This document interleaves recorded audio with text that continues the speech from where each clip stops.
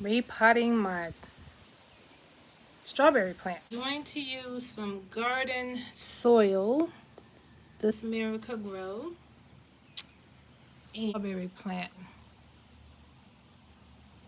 I've already repotted her.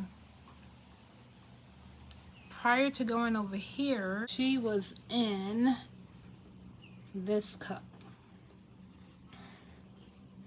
So we transferred from that cup, and we're hoping so you all can. Yeah, I did want to show you all that this plant, we just have this one little guy.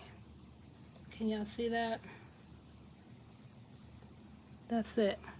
So I'm hoping by repotting to reproduce and to produce many strawberries. But yeah, that's what the video was about today. Coming out here, doing that little transformation. I'll keep you posted on how she's doing. If you're enjoying my content, y'all, don't forget to comment, like, and subscribe.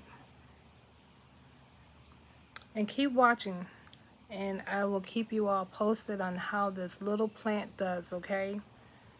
Until later, next time, y'all be blessed.